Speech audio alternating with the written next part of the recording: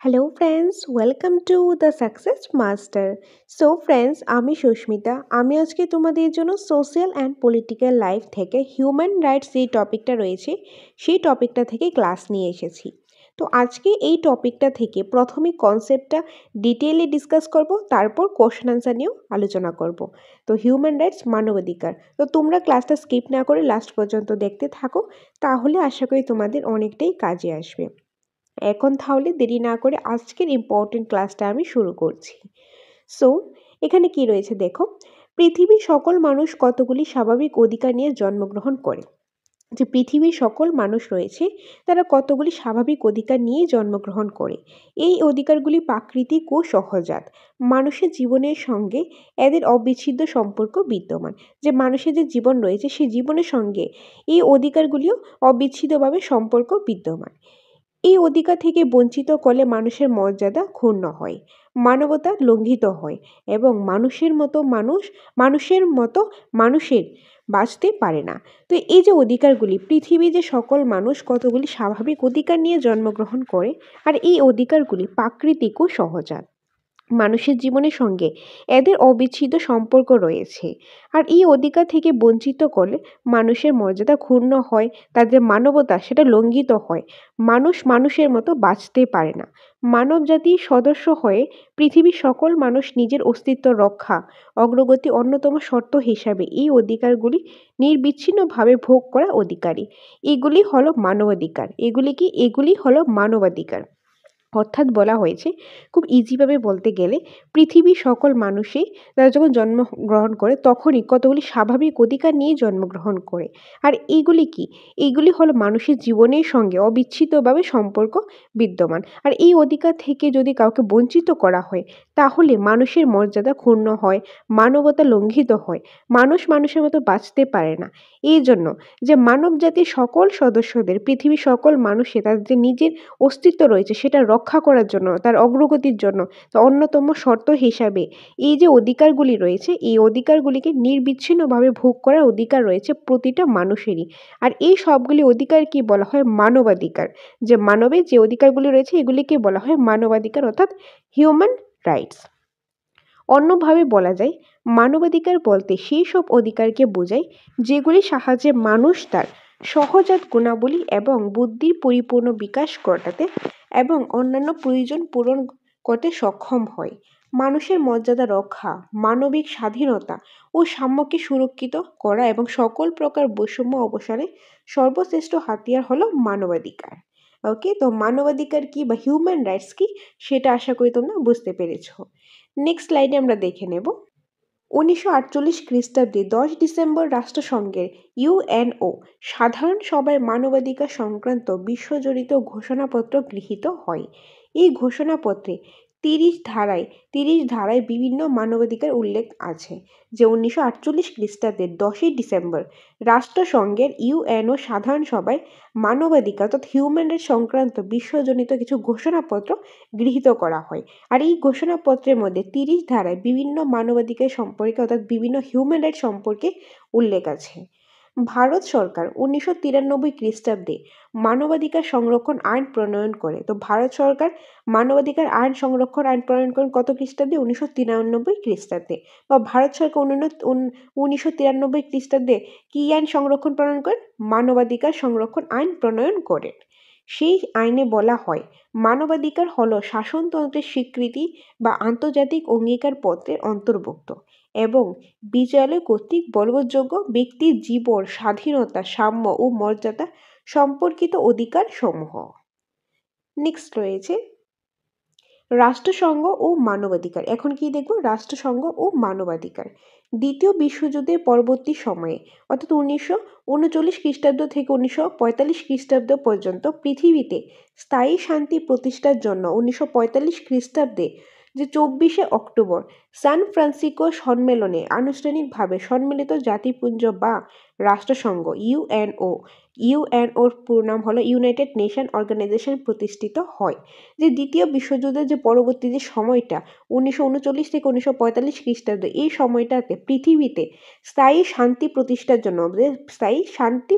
জন্য 1945 খ্রিস্টাব্দের 24 অক্টোবর সান ফ্রান্সিসকোতে আনুষ্ঠানিকভাবে সম্মিলিত জাতিপুঞ্জ বা রাষ্ট্রসংঘ অর্থাৎ ইউএনও ইউনাইটেড নেশন অর্গানাইজেশন প্রতিষ্ঠিত হয়। এতে একটি প্রস্তাবনা সহ 111টি ধারা আছে। এটির মধ্যে একটি প্রস্তাবনা আছে আর একটি প্রস্তাবনা সহ আরও 111টি ধারা আছে। একটি প্রস্তাবনা 111টি ধারা আছে। সকল মানুষের অর্থনৈতিক, সামাজিক, সাংস্কৃতিক, পৌর ও রাজনৈতিক অধিকার প্রতিষ্ঠিতের জন্য মানব অধিকার সংরক্ষণ আইনে নিম্নলিখিত অধিকারগুলির উপর বিশেষ গুরুত্ব দেওয়া হয়েছে। আর সেই অধিকারগুলি কি, কোন অধিকারগুলির উপর বিশেষ গুরুত্ব দেওয়া হয়েছে, এগুলি আমরা নেক্সট স্লাইডের মধ্যে এক এক করে আমরা দেখব। সো নেক্সট স্লাইডের মধ্যে কি রয়েছে, এই অধিকারগুলি প্রথমেই রয়েছে ব্যক্তি মানুষের জীবন ও নিরাপত্তা রক্ষার অধিকার। যে ব্যক্তি মানুষের যে জীবন ও তার যে নিরাপত্তার যে অধিকার রয়েছে। আইনের দৃষ্টিতে সাম্যের অধিকার, যে আইনের দৃষ্টিতে সাম্যের অধিকার অর্থাৎ আইনের দৃষ্টিতে সবাই সমান, এই অধিকারটা, এই হিউম্যান রাইটসটাও রয়েছে। বিনা বিচারে গ্রেপ্তার ও আটকের হাত থেকে অব্যাহতির অধিকার, যে বিনা বিচারে গ্রেপ্তার ও আটকের হাত থেকে অব্যাহতির অধিকারও রয়েছে। ন্যায় বিচারের অধিকার আছে। দাসপ্রথা থেকে মুক্তির অধিকার, যে দাসপ্রথা থাকলে সেটা থেকে মুক্তির অধিকারও রয়েছে। সামাজিক নিরাপত্তার অধিকার, কি সামাজিক নিরাপত্তার অধিকার। তারপর রয়েছে দেখো কর্মের অধিকার, যে কাজ করার অধিকারও রয়েছে, যে নিজের ইচ্ছা মতো কাজ করবে, কোন কাজটা করবে সেই কাজের অধিকারও রয়েছে। ভোটাধিকার, ভোট দেওয়ার অধিকারও রয়েছে। শাসন কার্যে অংশগ্রহণের অধিকার, যে শাসন কার্যে সেই শাসন কার্যের মধ্যে শাসন করার ক্ষেত্রে সেই যে কার্যগুলি রয়েছে সেগুলির ক্ষেত্রে অংশগ্রহণ করার অধিকার রয়েছে। শিক্ষার অধিকার রয়েছে। সাংস্কৃতিক অধিকার রয়েছে এবং কর্মক্ষেত্রে স্বাস্থ্যবিধি সম্মত পরিবেশ এবং ন্যায্য মজুরি পাওয়ার অধিকারও রয়েছে। তো এইগুলি হলো কিছু বিশেষ অধিকার। এখন আমরা কিছু প্রশ্ন উত্তর নিয়ে আলোচনা করব, খুবই ইম্পর্টেন্ট। তো তোমরা স্কিপ না করে লাস্ট পর্যন্ত দেখতে থাকো।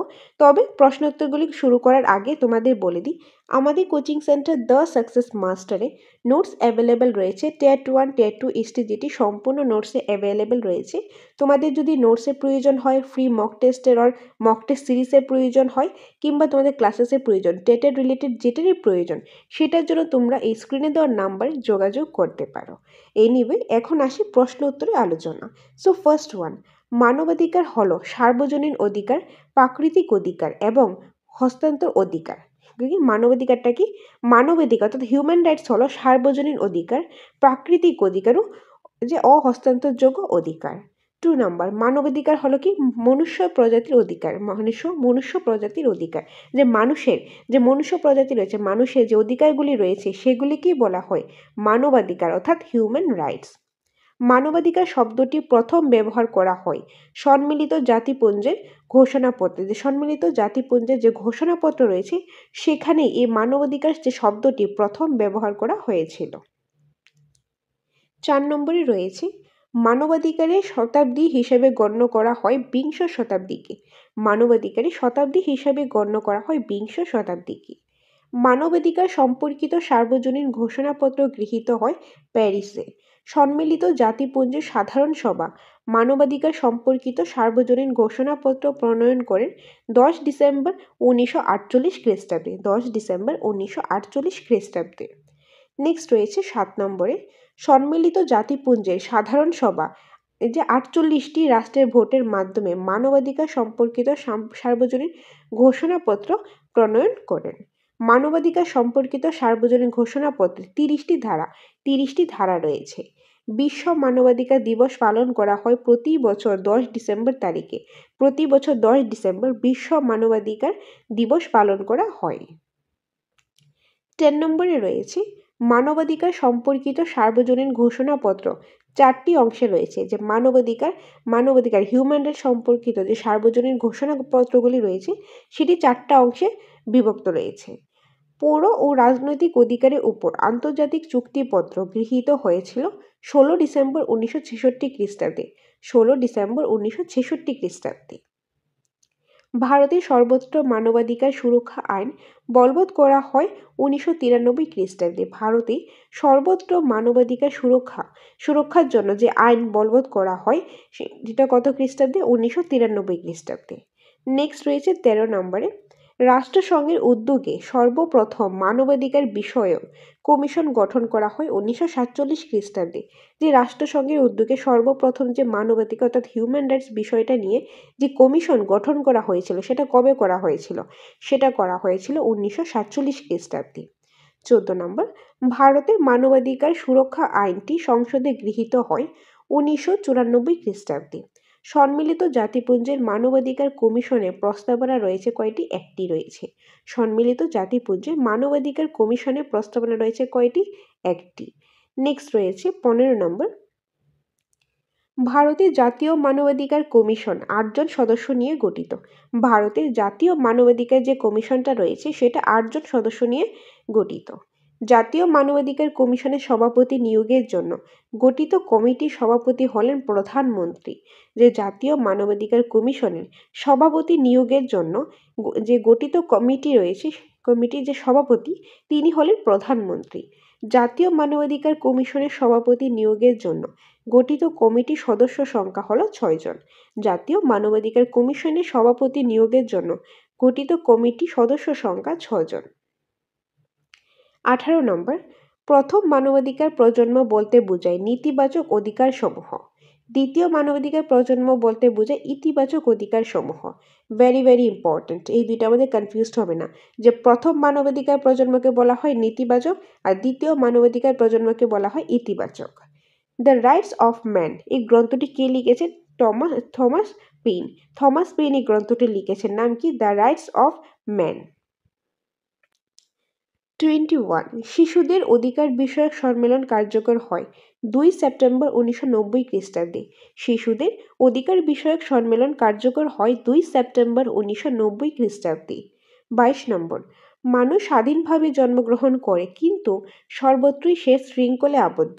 এটা কে বলেছেন? এটা বলেছেন রোসো, যে মানুষ স্বাধীনভাবে জন্মগ্রহণ তো করে কিন্তু সর্বক্ষেত্রে সব জায়গাতে কি সে শৃঙ্খলে আবদ্ধ। এই কথাটা বলেছেন রোসো। 23, universal declaration of human rights drafting committee এর সভাপতি কে? এর সভাপতি হলেন রুজভেল্ট। 24, ভারতের মানবাধিকার আন্দোলন শক্তিশালী হয়ে উঠেছিল 1975 থেকে 1977 সালে জরুরি অবস্থা চলাকালীন। যখন ইমার্জেন্সি সিচুয়েশন চলছিল 1975 থেকে 1977 সালে, তখন ভারতে মানবাধিকার আন্দোলন শক্তিশালী হয়ে উঠেছিল। 25, আন্তর্জাতিক নারী দিবস পালন করা হয় 8 মার্চ। জাতীয় মানবাধিকার কমিশন এবং রাজ্য মানবাধিকার কমিশনের সভাপতি ও অন্যান্য সদস্যদের কার্যকালের মেয়াদ হলো 5 বছর। কার্যকালের মেয়াদ কত? 5 বছর। 27 রয়েছে, জাতীয় মানবাধিকার কমিশনের সভাপতি এবং অন্যান্য সদস্যদের নিয়োগ করেন রাষ্ট্রপতি। জাতীয় মানবাধিকার কমিশনের সভাপতি এবং অন্যান্য সদস্যদের নিয়োগ করেন কে? রাষ্ট্রপতি। রাজ্য মানবাধিকার কমিশনের সভাপতি এবং অন্যান্য সদস্যদের নিয়োগ করেন রাজ্যপাল। যে রাজ্য মানবাধিকার কমিশনের সভাপতি এবং অন্যান্য সদস্যদের নিয়োগ কে করেন? রাজ্যপাল। রাজ্য মানবাধিকার কমিশন গঠিত হয় একজন সভাপতি এবং অন্যান্য 4 জন সদস্য নিয়ে। একজন সভাপতি এবং অন্যান্য 4 জন সদস্য নিয়ে। যে রাজ্য মানবাধিকার যে কমিশনটা রয়েছে সেটার ক্ষেত্রে একজন সভাপতি থাকে এবং আরো অন্যান্য 4 জন সদস্য থাকে। নেক্সট রয়েছে, আর্নেস্ট বার্কারের মতে অধিকার হলো ন্যায় ব্যবস্থার ফল। আর্নেস্ট বার্কারের মতে অধিকার কি? অধিকার হলো ন্যায় ব্যবস্থার ফল। 31, রাষ্ট্রের দ্বারা স্বীকৃত অধিকারের মাধ্যমে রাষ্ট্রের স্বরূপ উপলব্ধি করা যায়। কথা কে বলেছেন? অধ্যাপক হ্যারল্ড লেস্কি। জন লকের মতে মানুষের স্বাভাবিক অধিকার হলো জীবনের অধিকার, স্বাধীনতার অধিকার এবং সম্পত্তির অধিকার। যে জন লকের মতে মানুষের যে স্বাভাবিক অধিকার সেগুলি হলো জীবনের অধিকার, স্বাধীনতার অধিকার, সম্পত্তির অধিকার। 33 রয়েছে, সমাজের বিরুদ্ধাচরণ করে আমি কোন অধিকার ভোগ করতে পারি না। এই কথা কে বলেছেন? অধ্যাপক হ্যারল্ড লেস্কি। মানবাধিকার মনুষ্য প্রজাতির অধিকার। মানবাধিকারটা কি? হিউম্যান রাইটস হলো মনুষ্য প্রজাতির অধিকার। এই কথাটা কে বলেছেন? এটা বলেছেন উপেন্দ্র বোসকি। ওকে, স্বাভাবিক অধিকারকে সর্বপ্রথম নাগরিক অধিকার বলেছেন থমাস পেইন। 36 মানবাধিকার প্রহরী প্রতিষ্ঠিত হয় 1978 খ্রিস্টাব্দে। মানবাধিকার প্রহরী সদর দপ্তর অবস্থিত নিউ ইয়র্কে। কোথায়? নিউ ইয়র্কে। মানবাধিকার পরিষদ প্রতিষ্ঠিত হয় 15 মার্চ 2006 খ্রিস্টাব্দে। 15 মার্চ 2006 খ্রিস্টাব্দে। সো 39 রয়েছে মানবাধিকারী আন্তর্জাতিক বছর ঘোষণা করা হয় কত খ্রিস্টাব্দে? 1968 খ্রিস্টাব্দে। মানবাধিকার বিষয়ক কমিশন প্রথম মিলিত হয় 1947 খ্রিস্টাব্দে। ওকে, সো 1947 খ্রিস্টাব্দে।